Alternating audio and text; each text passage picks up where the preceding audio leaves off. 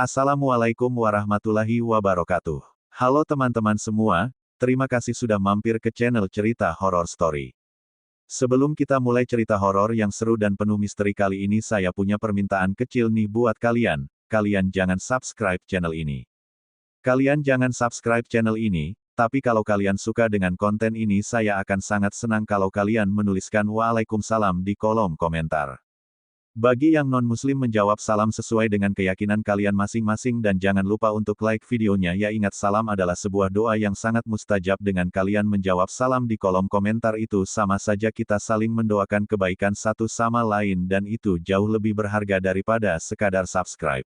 Oke, sekarang kita langsung saja ke ceritanya. Selamat menyimak. Pesugihan uang bibit di lereng Gunung Raung. Di sebuah desa kecil di kaki Gunung Raung, Jember, hiduplah seorang petani bernama Pak Mardi. Kehidupan Pak Mardi sangat sederhana. Namun, hasil sawahnya selalu tidak mencukupi kebutuhan keluarganya. Hujan yang tak menentu dan hama yang sering menyerang membuat dia sering dililit utang.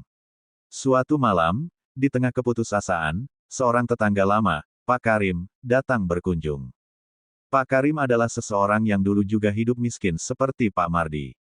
Namun, entah bagaimana, dalam waktu singkat, Pak Karim berubah menjadi orang kaya raya.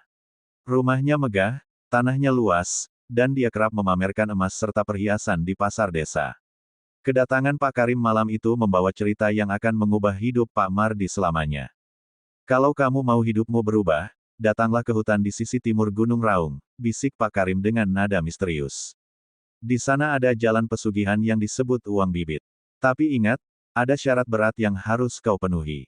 Awalnya, Pak Mardi ragu. Namun, desakan kebutuhan membuat dia memberanikan diri pergi ke tempat yang dimaksud.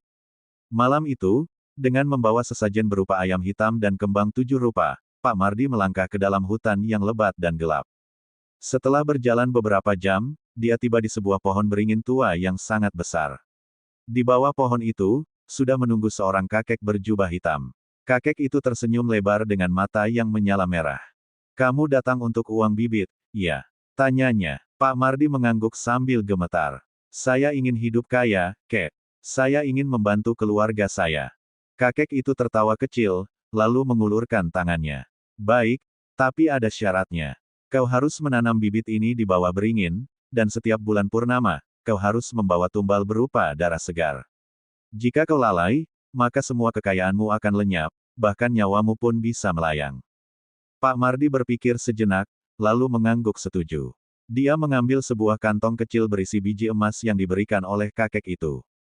Malam itu juga, dia menanam bibit tersebut di bawah pohon beringin, dan keesokan harinya, keajaiban pun terjadi. Di halaman rumahnya, tiba-tiba muncul tumpukan uang kertas yang entah dari mana asalnya. Uang itu terus bertambah setiap hari, dan kehidupan Pak Mardi pun berubah drastis. Dia melunasi semua utangnya, membeli tanah luas, dan menjadi orang terpandang di desa. Namun, syarat pesugihan itu mulai menghantuinya. Setiap bulan purnama, Pak Mardi harus membawa seekor kambing hitam untuk disembelih di bawah pohon beringin. Jika dia gagal, uangnya mulai berkurang perlahan. Suatu malam, di bulan purnama ke-7, Pak Mardi merasa lelah dengan semua ritual itu. Dia memutuskan untuk tidak lagi memenuhi syarat tumbal. Keesokan paginya, uang di rumahnya mulai berubah menjadi daun kering. Tanah-tanahnya dijual, dan keluarga Pak Mardi kembali jatuh miskin. Yang lebih mengerikan, setiap malam, dia mulai mendengar suara-suara dari pohon beringin yang memanggil namanya. "Pak Mardi, jangan lupa janjimu." Akhirnya, suatu malam, Pak Mardi ditemukan hilang tanpa jejak. Warga desa hanya menemukan bekas darah di bawah pohon beringin tua di lereng Gunung Raung. Sejak saat itu, pohon itu dikenal sebagai tempat angker, dan cerita pesugihan uang bibit menjadi pelajaran bagi siapa saja yang tergoda oleh kekayaan instan. Pesan moral, kekayaan yang diperoleh dengan cara instan dan melalui jalan gelap selalu memiliki konsekuensi berat. Lebih baik berusaha dengan jujur, meski hasilnya tidak secepat yang diharapkan.